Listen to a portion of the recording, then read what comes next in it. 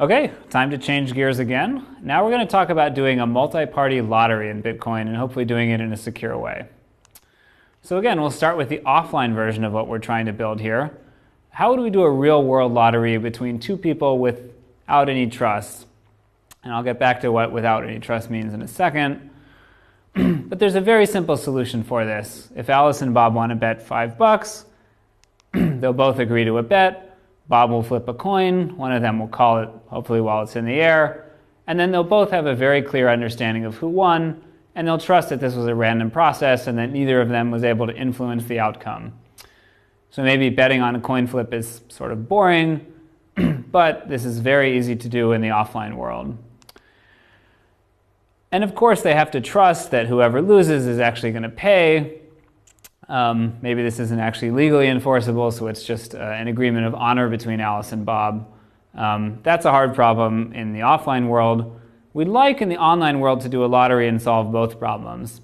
So both the problem of generating randomness that both parties can agree is fair, and having the party who loses actually be forced to pay.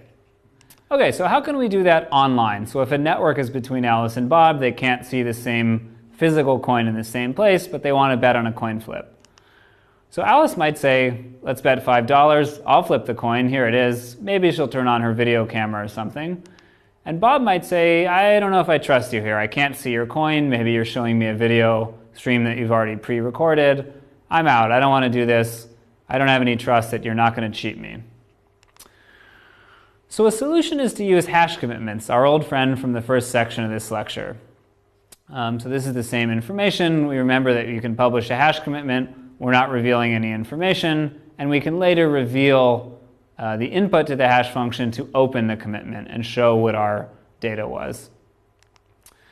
So how can we do this to build an online lottery? So we'll have three parties now, Alice, Bob, and Carol, who all want to do a lottery together. So to start with, all of them will choose a random number, often called a nonce in cryptography. And they're going to keep that random number to themselves. And as long as each one chooses a random number, they should trust that the final outcome is random and that nobody else is able to cheat them. Now there's going to be two phases of communication in this protocol. In round one, everybody is going to publish a commitment to their random data. So all three parties are just going to publish a hash of the random number that they chose. And remember, this doesn't reveal anything about the random number as long as it's chosen from a large enough space. So say each one of them chooses a 128-bit random string. They can publish the hash of that. No worries, they haven't given away any useful information.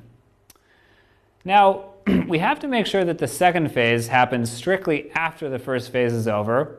So after everybody has committed to the randomness that they chose. Now we'll have a second round where everybody reveals the random number that they've committed to. And of course, everybody should check that those values that they reveal actually match the hashes that they published earlier and that the commitment was actually valid. But assuming that happens, now everybody has published this random number that they all chose independently. Now there's a fairly simple program that will determine who wins the lottery. There's a lot of ways to do this, of course, but the simplest way is we could just take all three random numbers, take the XOR of them, which is going to mix in bits from everybody's random number. Then we'll take the hash of that, divide it mod 3, and that will give us randomly one of three outcomes. And we'll just assign each outcome to one of the participants, and that will determine that either Alice, Bob, or Carol is the winner. And everybody can run this protocol themselves and trust that this was a fair process. So an important property of that hash function is that it guarantees randomness. Nobody could try to choose their random number in such a way that it makes it more likely that the final outcome is them winning, especially considering that they don't know the randomness that everybody else is choosing. So without getting into a long formal definition of randomness and pseudo-randomness in hash functions, it's safe to say that the way hash functions currently work, with a good hash function, there's no way to cheat at this game. There's no better strategy than just choosing a random number, which gives you a 1/3 chance of winning. So what happens if somebody fails to reveal their commitment? So let's go back to round 2 of the protocol. And let's say that Alice and Bob each publish their commitments, and then Carol looks at these and she says, if I publish my commitment, I'm going to lose. I can see the random numbers that Alice and Bob chose, and I know which random number I chose, and I can run that script and tell that I'm not going to win. So if Carol wants to be malicious here, what she can do is not publish her random number and just say, oh, I'm sorry, I forgot it. Or maybe she can go offline, or for whatever other reason provide some plausible reason why she can't reveal what her random number is. And now it's impossible to run this final script because you don't have one of the inputs. And Alice and Bob can see this and they can say, Carol, that's not cool. You've just wrecked the lottery. You probably did this because you were going to lose. You cheated us. But they don't have any real recourse here. So by itself, this protocol doesn't really work if any of the participants are malicious, because whoever the last party is to reveal what their random number is can just refuse to do so if it's going to make them lose. So what we'd like is a scheme to publish a commitment that we have to reveal within some certain time. And Bitcoin is going to provide a really cool means for us to do that. So how can we do this? And again, the idea is we want to force the party who's chosen this random number and committed to it to reveal what the random number was, to open their commitment before time t. So let's say that Alice is trying to enter into a timed hash commitment with Bob. So Alice is going to put up a bond, and she's going to have a transaction that will pay the bond in two cases. So if Alice and Bob both sign, that's enough to claim the bond.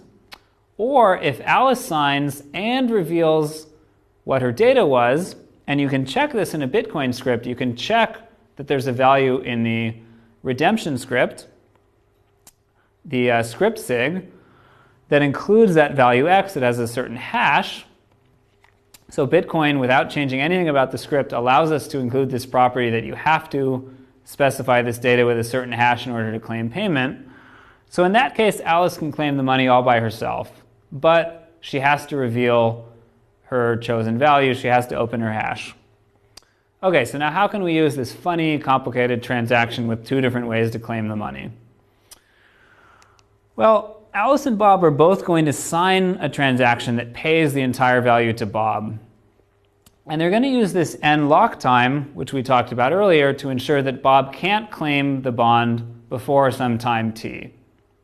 So now they've set up essentially a ticking time bomb where if Alice doesn't do anything else, Bob is going to get the value of that bond at time t.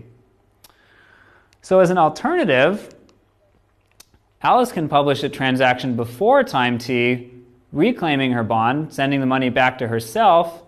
But if she does that, she has to not only sign it, she has to reveal x. So I said that there were two ways to claim this original transaction, and either one of them are valid outcomes of the protocol. So either Bob gets this bond, some money that Alice put up, or Alice has to reveal her commitment. So it's not exactly forced. If Alice doesn't reveal her commitment, she's not going to be thrown in jail, but she will lose this entire bond that she put up. So her guarantee that she'll reveal the commitment is as strong as how much money she's willing to put behind it.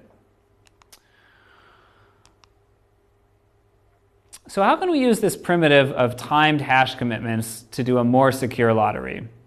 We'll have almost the exact same structure as before, except instead of using the simple hash commitments, now everybody is going to use a timed commitment where if they don't reveal their random value by a certain time, there's a bond that the other two players will get to keep.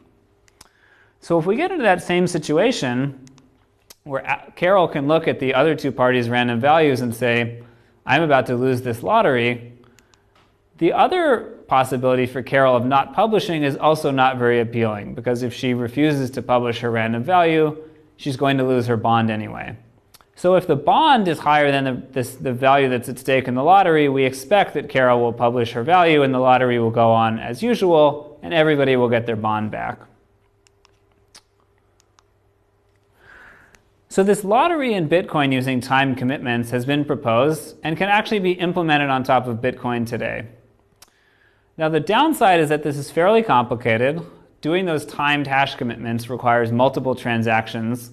And when you have n players in the lottery, it's actually an n-squared algorithm. And you also have to put money up in the form of a bond. And the key property is that the bond money you put up has to be more than the amount that you're actually betting. So this isn't the most efficient way to do a lottery because you have to put up more money than is actually at stake in the lottery. but it's pretty good, and for a small number of people it might work okay.